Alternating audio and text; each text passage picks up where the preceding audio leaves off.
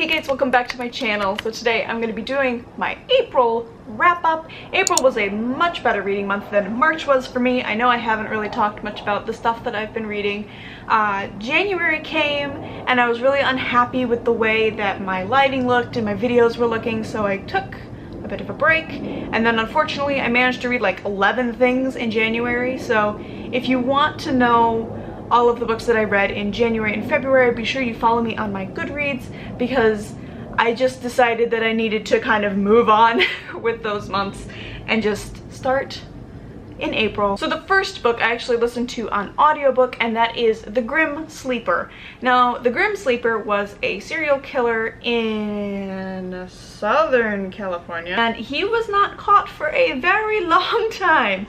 And unfortunately, so the reason they call him the Grim Sleeper is because he took like a 13-year hiatus between killing sprees, which is incredibly rare. Usually serial killers manage to ramp up to murder and then they just kind of go on a crazy murder spree. So the Grim Sleeper was targeting people who are, by many accounts, considered less dead, and that usually consists of sex workers and drug addicts.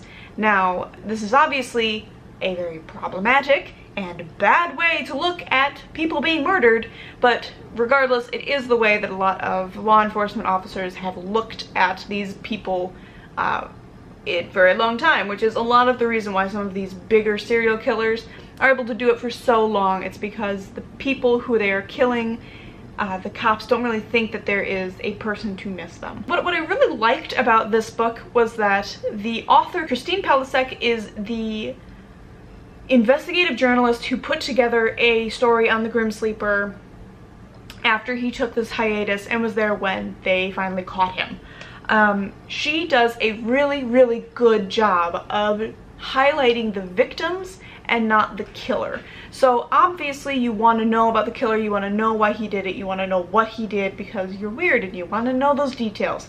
But she does a really good job of showing you each of the victims, going through their lives, and you immediately recognize that these victims were people of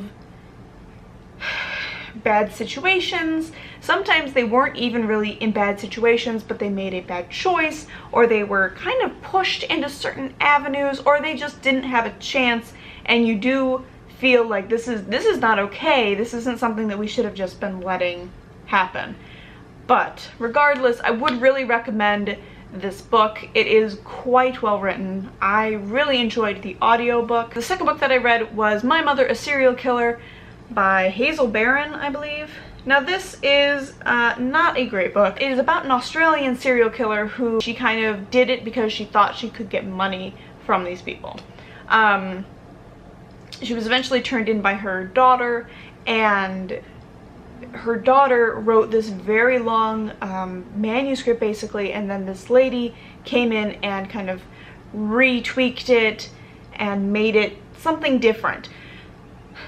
So what I think would have been more interesting is to read it from the perspective of Hazel, who you get the impression is writing the book, but it's never like in diary format. It's always Hazel did this, and it's like, but Hazel's writing the book. So it gets a little weirdly jumbled in that respect, because this lady has taken her diary and her manuscript and basically made it into a book, but then didn't put the diary or the person back into it. So that was a little bit weird. Not my favorite written book. I kind of trudged through it. The ending of it is a little bit weird, a little bit wacky, because the lady gets out. So it's kind of interesting looking at the relationship between the daughter and their mother after the fact that the daughter has turned her mother in for being a serial killer. Next up, I read Byrd Box by Josh Malerman. Now this book I really enjoyed. I thought that it was going to be more horror than it was. It was a little bit more dystopian, creepy. I really liked it though, and I would definitely recommend it to anybody who kind of likes creepy books. It really made me keep reading it because I kept thinking, I've just got to know what is going on in this world. Fourth, I said I had a good reading month. I wasn't kidding.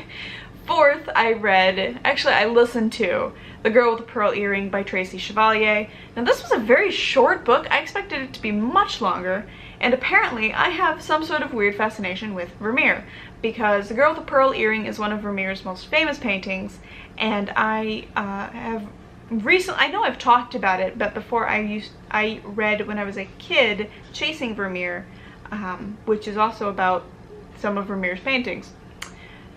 So I really like stories about paintings and painters and that sort of thing. This book was a little bit underwhelming for me because there wasn't quite enough about the painter and the painting. It was very much focused on the girl who Tracy Chevalier is kind of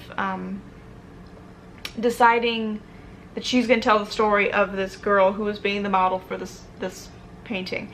There were some times when I was getting so mad at what was going on in the book that I had to stop listening to it.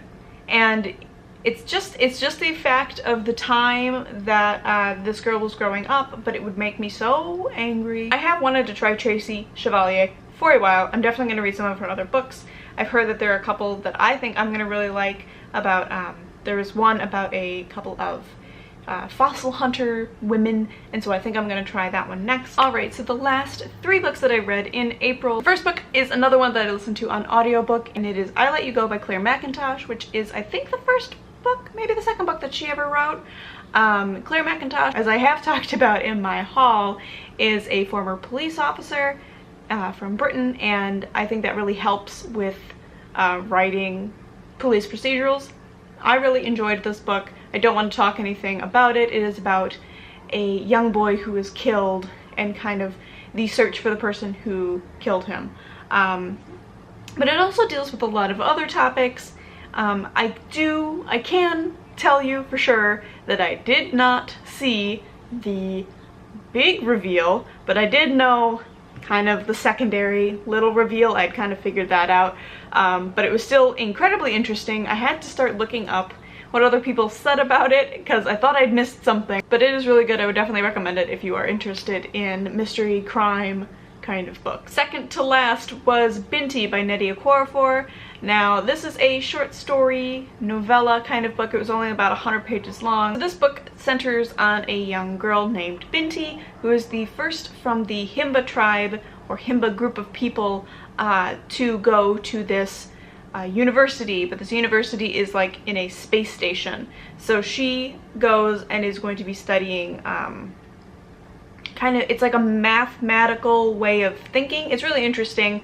I would definitely recommend picking it up if you are interested in kind of like if you liked 9 Fox Gambit, it's a little bit like that. I'm definitely going to be picking up some more Nnedi Okorafor. I just found out that she wrote the graphic novel for Black Panther, so I've put that on hold, but the hold list for that is like 1,000,000 people long. So I am going to be picking up some more Okorafor, including the next 2 in this Binti series. And finally is Cocaine Blues by Carrie Greenwood. So this is another mystery book. I have watched the TV series based on this mystery book series, Miss Fisher's Mysteries. It's on Netflix. I really like the series. However, I think I'm probably only going to be continuing on with the TV series and not the books. The book was fine, but I think part of my enjoyment of the series is the characters from the TV show, and so now that they're a little different in the books, that kind of, they don't play well with each other in my brain. Mystery actually kind of was different than this show quite a bit, so that was kind of interesting to find that out. But I think that is probably going to be it for this month. The only other book that I think I may finish this month is What She Ate by Laura Shapiro. I did talk about this a little bit in the haul, so I'm not going to go too much into detail, but I'm really enjoying this, very close to the end, hoping to finish it in the next couple of days, and I think that's probably going to be the only one that I managed to finish in April. Alright guys, so I hope you enjoyed this video. My camera is flashing at me, telling me that I've got to go now, so I hope you all enjoyed this video. Tell me down below if you've read any of these books. Let me know your thoughts, and I will see you all very soon with another video. Bye.